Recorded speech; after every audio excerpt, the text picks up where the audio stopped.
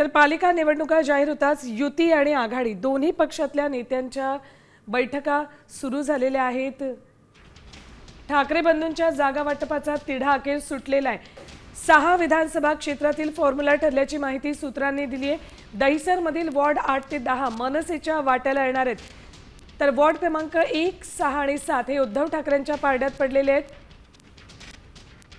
ठाकरे बंधूंच्या जागा वाटपाचा तिढा सुटलेला आहे। मुंबई महापालिकेसाठीचा हा तिढा अखेर सुटलेला आहे। बैठकांचं सत्र सतत सुरू होतं, मात्र जागा वाटप कसं करायचं या प्रश्नाचं उत्तर साम टीव्हीवर आहे। वॉर्ड क्रमांक 1, 6, 7 हे उद्धव ठाकरेंच्या पारड्यात, तर 8 ते 10 हे दहिसर मधले वॉर्ड, 6 विधानसभा क्षेत्रांमधले हे वॉर्ड आहेत ते राज ठाकरे अर्थात मनसेच्या पारड्यात पडलेत। थेट जाऊयात आमच्या प्रतिनिधी वैदेही काडेकर यांच्याकडे। वैदेही, अखेर हा जागा वाटपाचा तिढा थोड्या प्रमाणात सुटला असं म्हणायचं का?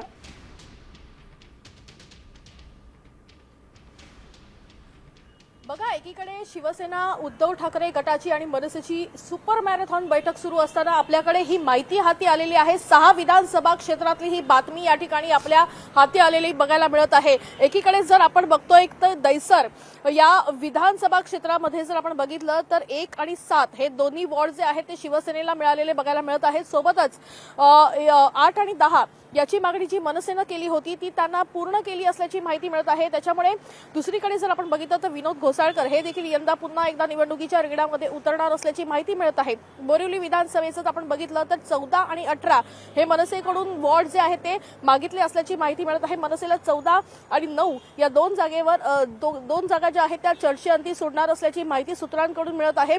त्यानंतर 18 आणि 16 नंबरचा वॉर्ड आहे तो उद्धव ठाकरे यांना हवा आहे आणि त्यात उद्धव ठाकरे यांच्या गटातील पांडुरंग देसाई यांचं नाव 18 नंबर वॉर्डसाठी देखील चर्चेत असल्याचं बघायला मिळत आहे। मागाटे विधानसभामध्ये बघायला गेलं तर मागाटने हा मनसेचा गड होता आणि त्याच अनुषंगाने मनसेनं अधिक जागा त्या ठिकाणी मागितल्या असल्याची माहिती देखील मिळत आहे। वॉर्ड नंबर 5 जो वॉर्ड आहे त्या ठिकाणी अटीतटीची खरं तर लढत बघायला मिळत आहे, कारण मनसे देखील हा वॉर्ड मागत आहे। शिवसेनेने देखील त्या ठिकाणी जो आहे तो आपला दावा त्या ठिकाणी सांगितला असल्याची माहिती मिळत आहे।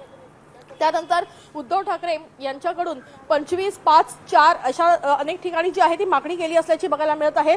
मनसेने 3 आणि 11 मनसेसाठी या जागा सोडल्या असल्याची माहिती देखील मिळते आहे। चारकोपमध्ये देखील तशीच परिस्थिती आहे, कारण चारकोप मराठी बहुल हा परिसर बघायला मिळत आहे। चारकोपमध्ये मनसेनं 21, 22, 20 आणि 31 या जागांची मागणी केली असल्याची बघायला मिळत आहे। यातील 21, 22 आणि 31 या जागा मनसेसाठी सोडल्या असल्याची माहिती सध्या सूत्रांकडून मिळत आहे आणि 19, 20 हे उद्धव ठाकरे गटानं वॉर्ड मागितली असल्याची देखील माहिती मिळत आहे।